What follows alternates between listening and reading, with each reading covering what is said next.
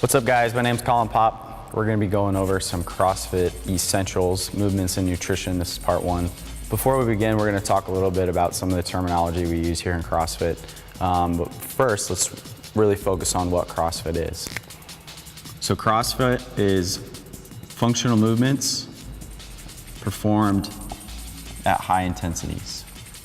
What are functional movements? When we look at functional movements, these are movements we do every day, from squatting, deadlift, pulling, pushing.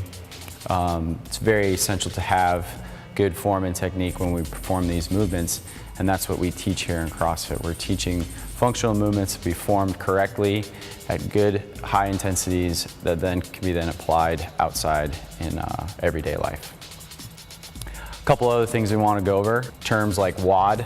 WOD stands for workout of the day. There are different WODs based on programming at different boxes. We don't use the word gym to describe our box or our CrossFit affiliate.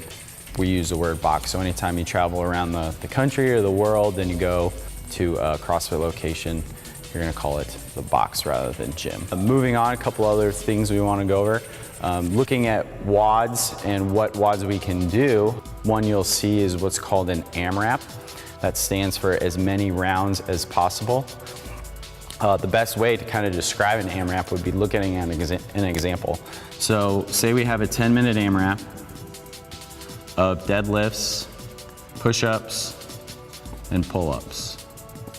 Say we have 5 reps at deadlifts, 10 at push-ups, and 12 at pull-ups. Completing each of these without resting in between would be 1 round. We're trying to complete as many rounds as we can in those 10 minutes. Metcon stands for metabolic conditioning. You might have heard the term cardio. Cardio going and running on the treadmill or the elliptical. We do not do cardio in here. We have metabolic conditioning. When you do a cardio workout, you focus mainly on one energy system. There are 3 energy systems in the body, and doing a Metcon, we focus on each of those. So you can see the difference between doing a cardio workout and doing a Metcon workout. All right, thanks guys.